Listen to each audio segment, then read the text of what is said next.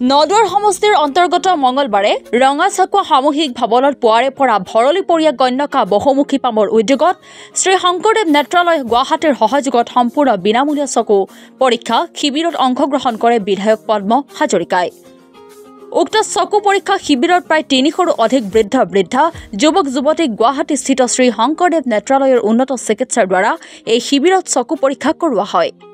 ভাষণ প্ৰসংগত বিধায়কগৰাকীয়ে কয় যে বৰ্তমান ভৰলীপৰীয়া কন্যকা বহুমুখী পামৰ উদ্যোগত জামুগুৰি হাট চাৰিদুৱাৰ নাগশংকৰৰ লগতে আজি ৰঙাচকুৱাত চতুৰ্থ শিবিৰ আৰম্ভ হয়। শ্ৰী শংকৰদেৱ নেত্ৰালয় গুৱাহাটীৰ সহযোগত চকু পৰীক্ষা কৰা লোকসকলক ঔষধ গুৱাহাটীলৈ অহা যোৱাৰ লগতে অপাৰেশ্যনৰ খৰচ সম্পূৰ্ণ বিনামূলীয়া বুলি জানিবলৈ দিয়ে।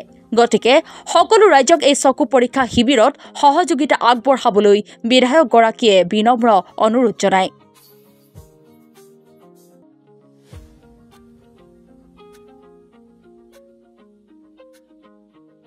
হোৱাৰ পিছতেই অপাৰেশ্যন কৰি আহি মানুহে এটা ভাল ৰিজাল্ট পাবলৈ সক্ষম হৈছে আৰু সেইকাৰণে আমি পৰ্যায়ক্ৰমে সমষ্টিটো এই চকু চিকিৎসা শিবিৰ আমি অনুষ্ঠিত কৰি আহিছোঁ।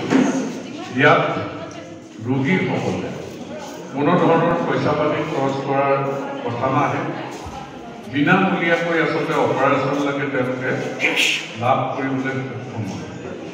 এই সেৱা শংকৰদেৱ নেত্ৰালয় ভৰলীপৰীয়া আমাৰ তেনেকৈ গঠন কৰা হৈছে আৰু তাৰে পৰ্যায়ক্ৰমে কাম চলি আছে। গতিকে আপোনালোকৰ আমি সহযোগিতা যাতে আমি সকলো মানুহৰ চকু ক্ষেত্ৰত থকা অসুবিধাখিনি দূৰ কৰিব পাৰোঁ। শংকৰদেৱ নেত্ৰালয় উদ্যোগত ভৰলীপৰীয়া কন্যকা বহুমুখী পামৰ সহযোগত চকু চিকিৎসা শিবিৰ আজি ইয়াত আৰম্ভ হৈছে।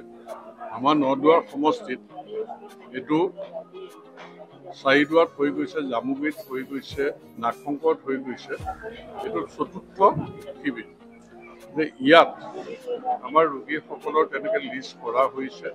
গুৱাহাটীৰ পৰা শংকৰদেৱ নেত্ৰালয় চিকিৎসক আহিছে, তেওঁলোকে যি পৰামৰ্শ দিব লাগে, ঔষধ পাতিৰ বা ভেকচিনেশ্যন ব্যৱস্থা কৰিব লাগে সেইখিনি কৰিছে আৰু যিখিনি অপাৰেশ্যনৰ প্ৰয়োজন আছে বিনামূলীয়াকৈ তেওঁলোকে অপাৰেশ্যন কৰাৰ ব্যৱস্থা গুৱাহাটীলৈ নি পেলাই অহা যোৱাৰকে ধৰি অপাৰেশ্যনৰ কোনো খৰচ আমাৰ কোনো ৰাইজে ভৰিব নালাগে, বিনামূলীয়াকৈ গোটেই ব্যৱস্থা কৰিছে।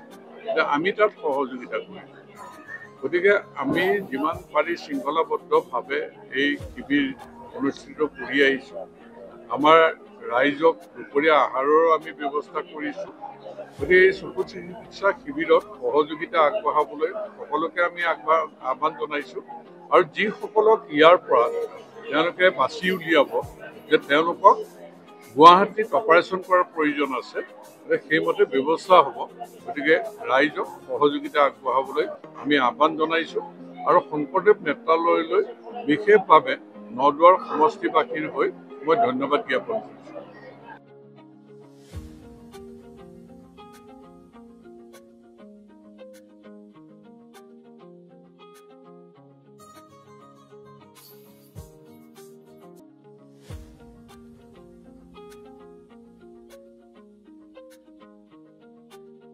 তেজপুৰৰ পৰা চন্দন শৰ্মাৰ ৰিপৰ্ট, অসম টুডে।